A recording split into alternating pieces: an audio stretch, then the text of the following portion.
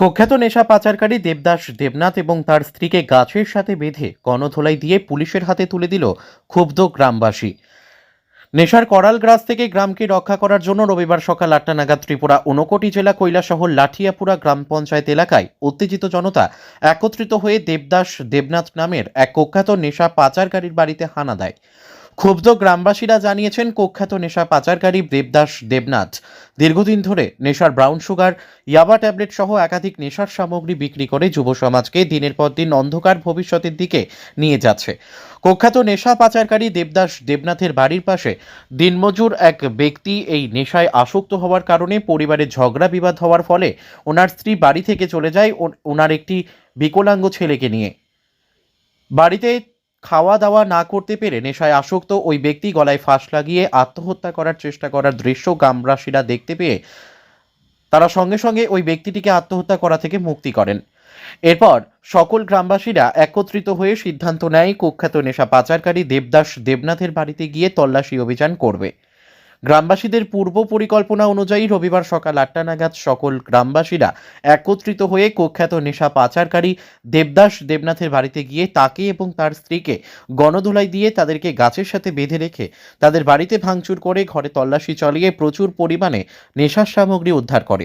এরপর খবর দেওয়া হয় কৈলাসহর ইরানি থানার পুলিশকে।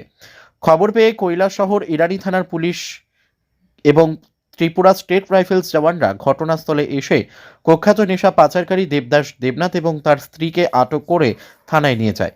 গ্রামবাসীরা দাবি করেছেন, কুখ্যাত নেশা পাচারকারী দেবদাস দেবনাথ এবং তার স্ত্রীর যাতে কঠোর শাস্তির ব্যবস্থা করে পুলিশ প্রশাসন।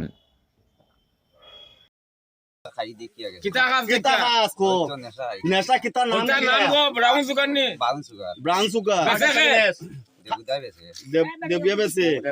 debu bese adi dekha debu ko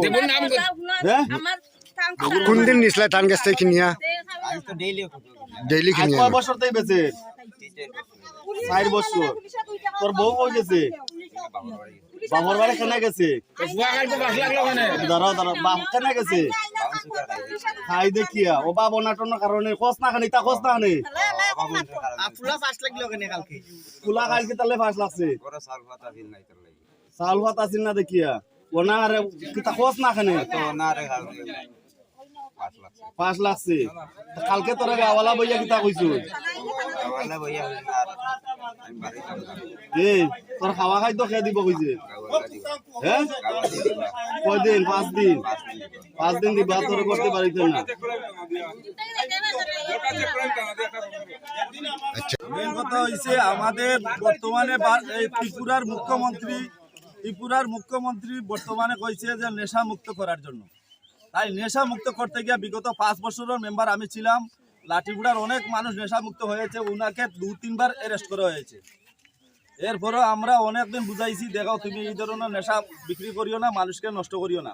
লাঠিগুড়ার সবাই বাদ দিলাইছে, তাই না? কিন্তু বর্তমানে কয়েকদিন ধরে আমার কাছে রিপোর্ট যাইতে আছে। আমি 2-1 দিন রাত্রে আইছি, রাত্রে আইছি, আমার মেম্বার সাক্ষী আছে। আমি আইছি, আইয়া রাত্রে আমি আইয়া দেখছি 2 জন মানুষ পাইছি। এরা আমারে দেখিয়া বাইক গেছে, তাই না? বর্তমানে নেশা বেচছে। কালকে ওই ফুলাটা অন্ধ, দেখেন একবারে অন্ধ, দুটা চোখ নাই।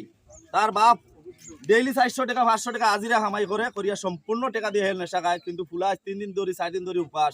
ওর মা পর্যন্ত বাড়ি ছাড়িয়া গেছে গিয়া, কালকে ওই ফুলাটা ফাঁসি লাগি গেছিল। গাঁওয়ালা গিয়া দৌড়িয়া গিয়া তার বাড়িতে গিয়া এর বাদে তারা ফাঁসি থেকে মানি হয়েছে।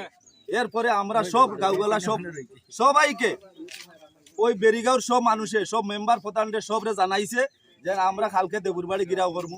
এই হিসাবে আজকে দেবুর বাড়ি গিরাও করে দেবুরে বাখরা হয়েছে। আমরা প্রশাসনকে কইছি, মিডিয়ার আপনারে কইছি, আরো আস্তা লাঠিগুড়ার পাবলিকর একটাই বক্তব্য হইল, তারা জামাইব দুজনরে গণদুলাই দিয়ে মারিল। আমি কইছি না, মারিও না। আমরা দেখি প্রশাসন আছে, মিডিয়ার আছে, এটা আমরা বার্তা উপরে দিয়ে ফাটাইমু। প্রশাসন দেখি কি শাসন করে, প্রশাসনের উপরে আমরা পুরা বারাবার ছাড়ি দিছি। আমরা সুস্থ তদন্ত বা সুস্থ বিচার চাই। ঠিক আছে।